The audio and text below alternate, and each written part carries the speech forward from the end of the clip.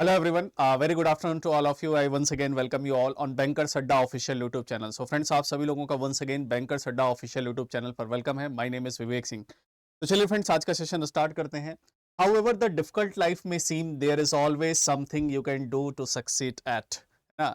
हो सकता है कि लाइफ हमको थोड़ी सी कठिन लगती हो, हमें लगता है हमारी ही लाइफ में बहुत स्ट्रगल है, बट ऐसा फ्रेंड्स बिल्कुल है. आपसे ज़्यादा बहुत सारे लोगों की लाइफ में बहुत सारा स्ट्रगल है, बट वो अपने उन स्ट्रगल्स के साथ जो है फाइट करके फिर आगे निकलते हैं और कहीं न कहीं सक्सेस पाते हैं.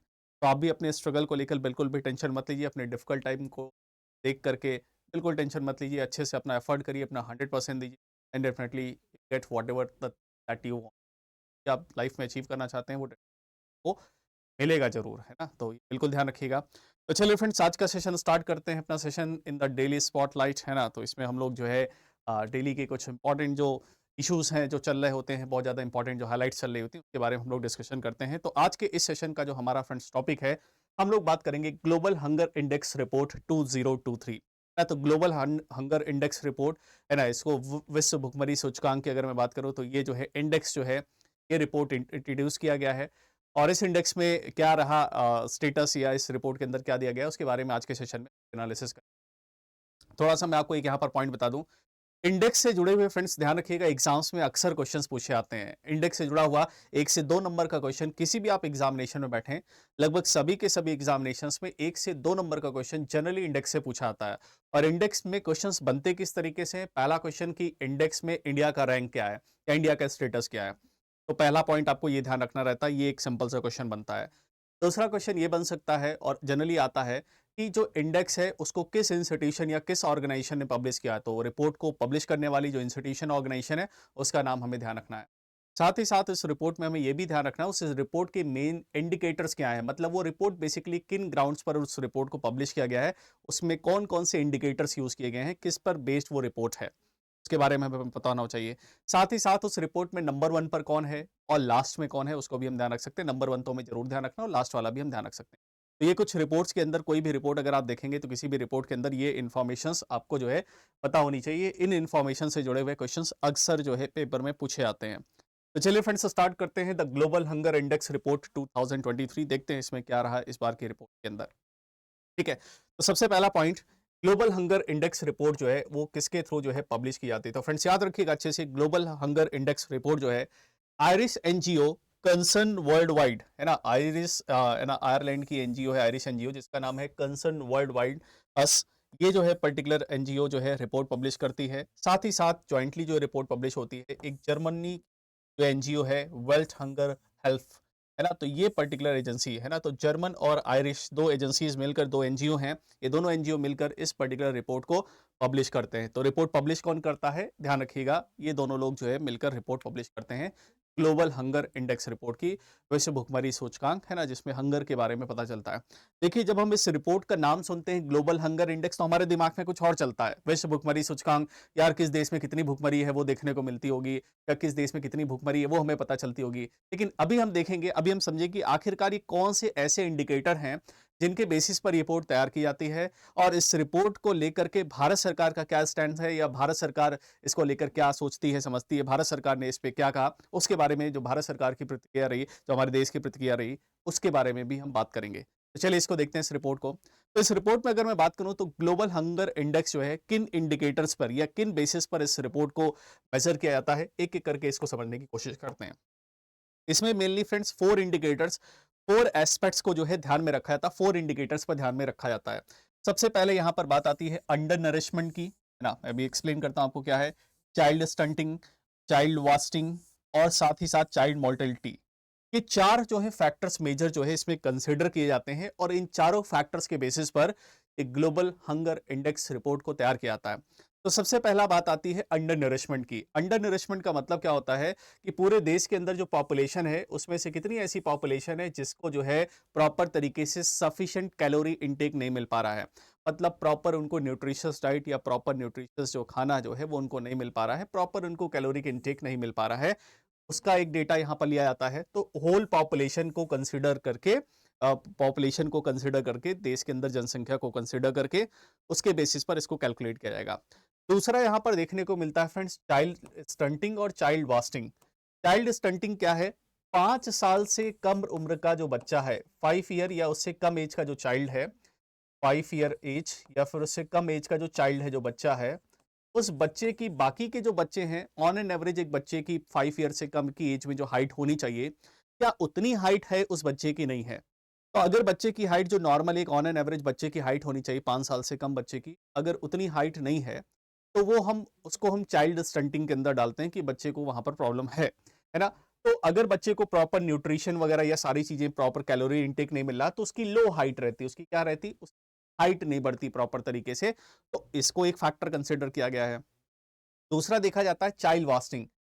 चाइल्ड वास्टिंग और चाइल्ड स्टंटिंग में डिफरेंस क्या है? Child stunting is related to basically height, और चाइल्ड वास्टिंग में क्या है कि बच्चा माल न्यूट्रिशन का शिकार है, कुपोषण का शिकार है, तो बच्चा वहां पर बहुत पतला हो जाता है और उसका वेट बहुत कम होता है, उसका लो वेट रहता है उसकी हाइट के रिस्पेक्ट में। तो हाइट के रिस्पेक्ट में जो वेट होना चाहिए बच्चे का, जो बॉडी वेट होना चाहिए, वो हाइट के रिस्पेक्ट में जो बॉडी वेट होना चाहिए वो बॉडी वेट नहीं दिखता है, और ये चीज ये इंडिकेटर जो है दिखाता है। इसके बाद फ्रेंड्स यहाँ पर एक और इंडिकेटर हमें देखने को मिलता है, child mortality rate. Child mortality rate का मतलब क्या हुआ? 5 साल से जो कम उम्र के बच्चे हैं, उनमें से कितने ऐसे बच्चे हैं जिनको प्रॉपर न्यूट्रिशन, प्रॉपर डाइट या फिर अच्छे तरीके से पोषण ना मिलने के कारण बच्चों की जो है डेथ हो जाती है, और ये यहां पर आपको देखने को मिलता है। तो child mortality rate, the share of the children who die before their 5th birthday, है ना, मतलब 5 साल या 5 साल पूरे होने से पहले, अपने 5वें बर्थडे से पहले ही बच्चों की कहीं ना कहीं डेथ हो जाती है ना? तो वो उनको क्यों डेथ हो रही है? क्योंकि उनको प्रॉपर न्यूट्रिशन या अनहेल्दी उनको एनवायरनमेंट मिला, इसलिए जो है उनकी डेथ हो जा रही। तो ये 4 इंडिकेटर्स आपको देखने को मिलेंगे। अभी लास्ट में हम इस पर एक कंक्लूजन भी ऑब्जर्व करने की कोशिश करेंगे। ये 4 इंडिकेटर्स पहले आप अच्छे से देख लीजिए। तो एक हमारे पास हो गया under nourishment, child stunting, child wasting और साथ ही साथ चाइल्ड मोर्टेलिटी। 4 फैक्टर्स, ये 4 इंडिकेटर्स का यूज करके जो आपका ग्लोबल हंगर इंडेक्स को निकाला जाता है। अब इस ग्लोबल हंगर इंडेक्स में अगर हम देखें तो ये चारों जो है डिटेल्स मैंने आपको बताया, आप चाहे तो यहाँ पर उसके बारे में पढ़ भी सकते हैं, उसको आप देख सकते हैं, आपके लिए मैंने ऐड कर दिया है। यहाँ पर थोड़ा सा फिर से देख लीजिए, मैं आपको इमेज के फॉर्म में थोड़ा सा दिखा देता हूँ। ये एक नॉर्मल बच्चा है, 5 साल से कम उम्र का एक नॉर्मल बच्चा है। चाइल्ड वास्टिंग अगर हम देखें, चाइल्ड वास्टिंग का बच्चे का मतलब क्या हुआ कि बच्चा जो है पतला है, बच्चे का वेट कम है। इसी बच्चे की हाइट के रिस्पेक्ट पे इस बच्चे का क्या है, वेट कम है, बिकॉज ये माल न्यूट्रिशन का शिकार है, कुपोषण का शिकार है। इसको प्रॉपर न्यूट्रिशन डाइट, जो इसको प्रॉपर जो है खाने पीने के पोषण तत्व मिलने चाहिए, प्रॉपर जो है इसको जो न्यूट्रिशंस मिलने चाहिए, वो इसको नहीं मिल पाए हैं, दैट्स वाई इसकी ये कंडीशन। दूसरा है चाइल्ड स्टंटिंग। चाइल्ड स्टंटिंग का मतलब क्या हुआ कि बच्चे की जो हाइट है, देखिए ऑन एन एवरेज 5 साल से कम उम्र का बच्चा, तो इतनी हाइट होनी चाहिए, उसके रिस्पेक्ट में इसकी हाइट कम है। तो हाइट जो है प्रॉपर न्यूट्रिशन ना होने की वजह से जो हाइट जिस तरीके से बढ़नी चाहिए वो नहीं बढ़ रही है, तो ये आपको देखने को मिले। तो ये बेसिकली चाइल्ड वास्टिंग और चाइल्ड स्टंटिंग आपको देखने को यहाँ पर समझ में आ गया होगा। ठीक है, आगे बढ़ते हैं नेक्स्ट वन। अब इसके अलावा अगर बात करें फ्रेंड्स, ये जो आपको 4 इंडिकेटर्स मैंने आपको बताया, जिसमें अंडर नरिशमेंट है, चाइल्ड स्टंटिंग है, चाइल्ड वास्टिंग है, चाइल्ड मोर्टेलिटी, ये जो 4 इंडिकेटर्स हैं, ओवरऑल इन इंडिकेटर्स का यूज करके 100 में से स्कोर दिया जाता है ना? 0 टू 100 में से स्कोर जो है यहाँ पर दिया जाता है। तो ये जो है स्कोर यहाँ पर देखने को मिलता है। जितना लो स्कोर रहेगा उतनी अच्छी बात है, उतने यहाँ आपके यहाँ देश के यहाँ समस्या कम है, और जितना ये स्कोर हाई की तरफ, जैसे जैसे आप 100 की तरफ बढ़ोगे, तो वो एक टेंशन वाली बात है, मतलब आपके यहाँ इन चारों इंडिकेटर्स पर आप अच्छा नहीं कर पा रहे हो। बट अगर आप 0 की तरफ हो तो आप अच्छा कर रहे हो। ठीक है, तो यहाँ ध्यान रखिए कि स्कोर ज्यादा नहीं लाना है, स्कोर कम लाना है। अब जो हमारे पास 4 इंडिकेटर्स हैं, अभी जो हमने देखा, under nourishment, child stunting, child wasting, child mortality, इसमें जो सबसे ज्यादा हाईएस्ट वेटेज है वो अंडर नरिशमेंट को है, 1/3 वेटेज इसका है, चाइल्ड मोर्टेलिटी को 1/3 वेटेज। लेकिन चाइल्ड स्टंटिंग और चाइल्ड वास्टिंग को जो है वेटेज जो है वो बहुत ज्यादा नहीं है, इसका वेटेज जो है बहुत ज्यादा नहीं है, इसका वेटेज आपको जो है कम देखने को मिलेगा। इसका वेटेज देखिए 1/6। तो 1/3 वेटेज किसको? अंडर नरिशमेंट को। 1/3 वेटेज चाइल्ड मोर्टेलिटी को। चाइल्ड स्टंटिंग और चाइल्ड वास्टिंग को थोड़ा सा कम वेटेज दिया गया। यहाँ पर हाइट और यहाँ पर वेट, आप इंडिकेटर देख सकते हैं, ये हाइट का मेजरमेंट और यहाँ वेट का मेजरमेंट, ये देखने को। अब यहाँ पर जो जो ग्लोबल हंगर इंडेक्स है, वो कितना जो है सीरियस है, उसकी सेवरिटी को दिखाने के लिए, उसकी सीरियसनेस को दिखाने के लिए 0 टू 100 के बीच में स्कोर दिया जाता है। अगर आपकी कंट्री का स्कोर 9.9 से, मतलब 10 से कम है, तो आपके यहाँ पर हंगर की प्रॉब्लम नहीं है, आप बहुत ही अच्छी कंडीशन में। अगर आप जो है 10 से लगभग 10.9 मतलब 20 के बीच में, 10 से 20 के बीच में हैं, तो एक मॉडरेट लेवल पर हैं। लेकिन अगर आप इस स्केल में 20 से 34.9 मतलब 20 से लगभग 35 के रेंज में हैं अगर आप अप्रॉक्सीमेटली, तो ये एक सीरियस कंडीशन है। अब आपको काफ़ी चिंता करने की, आप थोड़ा-सा सीरियस रहिए को लेकर, इन बच्चों को लेकर, इन चीज़ों को लेकर। 35 से 49.9 मतलब 35 से लगभग 50 के बीच में है, तो एक अलार्मिंग सिग्नल है कंट्री के, एक अलार्मिंग स्टेटस है, अलार्मिंग सिग्नल है। और अगर 50 से ज़्यादा है तो एक्सट्रीमली अलार्मिंग है, आपको बहुत ज़्यादा इमीडिएट स्टेप्स लेने की जरूरत। ठीक है, तो ये आपको जो है 4 इंडिकेटर्स आपको देखने को मिल रहे हैं, और स्कोर ध्यान रखिएगा बिटवीन 0 टू 100 जो है इसका स्कोर दिया जाता है। किस पर? ग्लोबल हंगर इंडेक्स में जो स्कोर बोर्ड होता है वो 0 टू 100 की तरफ होता है, 0 टू 100 होता है। 0 की तरफ है that is very low, it's a good condition, आपके यहाँ प्रॉब्लम नहीं है। और अगर 100 की तरफ है, अगर if your score is high, so that is a problematic situation, वो एक प्रॉब्लम वाली जो है समस्या है वहां पर, और वहां पर दिक्कतें हैं। ठीक है, अब चलिए थोड़ा सा बात करते हैं कि इस बार की रिपोर्ट में जो ग्लोबल हंगर इंडेक्स रिपोर्ट आई 2023 की, उसमें हमारे देश का क्या स्टैंड रहा या हमारे देश का क्या रैंक रहा। सबसे पहले रैंक की बात करते हैं। आउट ऑफ 125 कंट्री की अगर मैं बात करूं, है ना, तो 111 नंबर का हमारा रैंक रहा। सगुन वाला नंबर 111 नंबर, ये याद रखिएगा, हालांकि बहुत अच्छी बात नहीं है, लेकिन हमारा 111 नंबर रैंक रहा।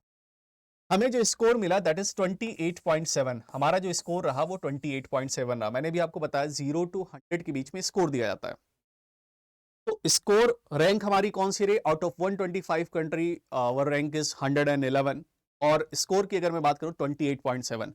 अगर इस 28.7 स्कोर को देखें तो ये सीरियस वाले जो है रेंज में आता है, और यहाँ will have to be serious, है ना, हमें यहाँ पर सीरियस हो जाना चाहिए, ऐसा ये रिपोर्ट फिलहाल कहता है। ठीक है, तो सीरियसनेस रिपोर्ट की तरफ, सीरियसनेस की तरफ हमारा जो है कंसर्न है, और हमें जो है इन कंडीशंस को लेके सीरियस हो जाना चाहिए।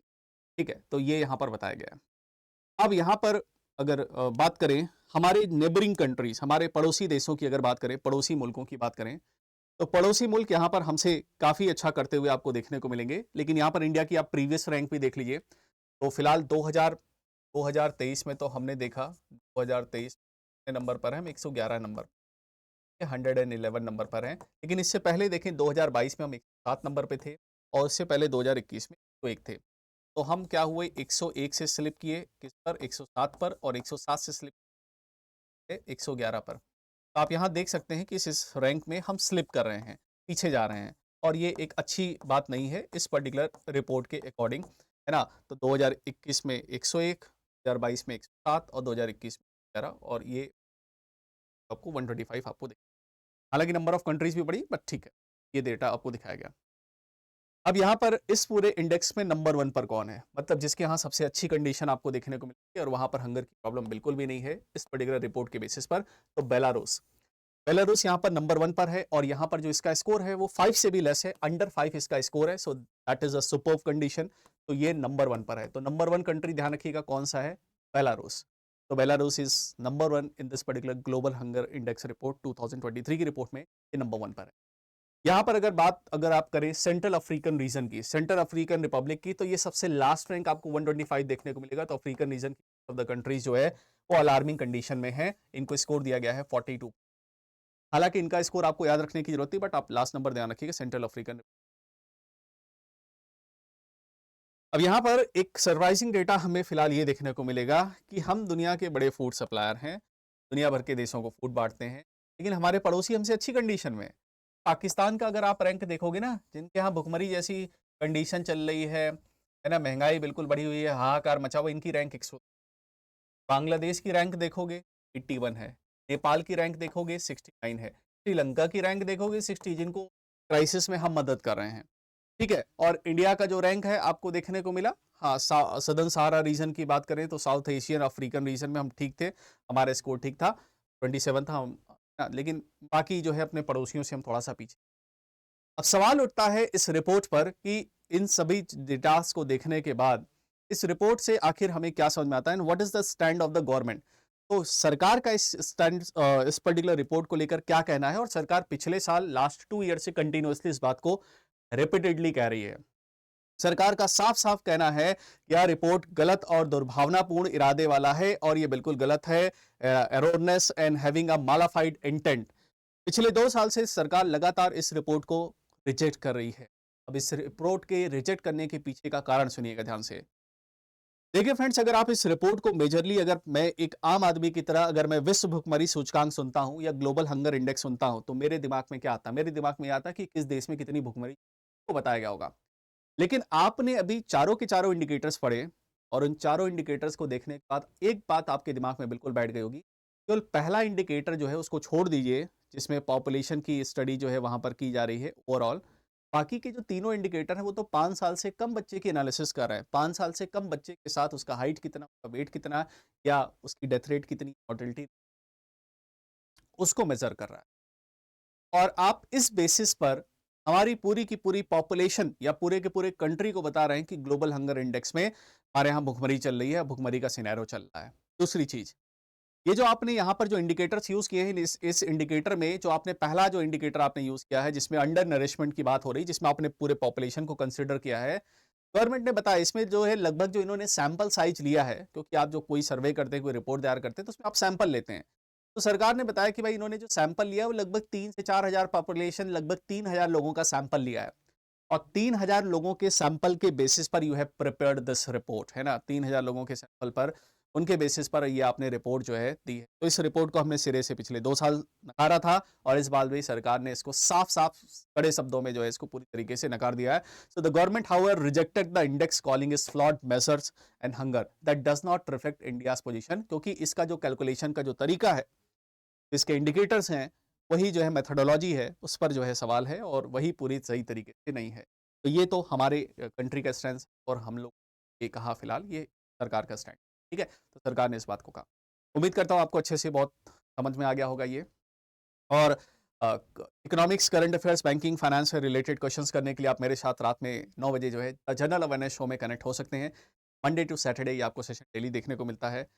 आपके लिए एक सवाल है, जरूर इस क्वेश्चन का आंसर जो है आप कमेंट सेक्शन में बताइएगा, तो आप पढ़ लीजिए इसको, कमेंट सेक्शन में जवाब बताइए। तो उम्मीद करता हूँ सेशन आपको अच्छे से समझ में आ गया होगा, है ना। तो अगर आप चैनल पर नए हैं तो चैनल को सब्सक्राइब कर लीजिएगा, वीडियो को लाइक और शेयर करिए। तो अभी के लिए इतना करते हैं, मिलते हैं नेक्स्ट सेशन पर। See you in the next session, till then bye bye, take care, thank you.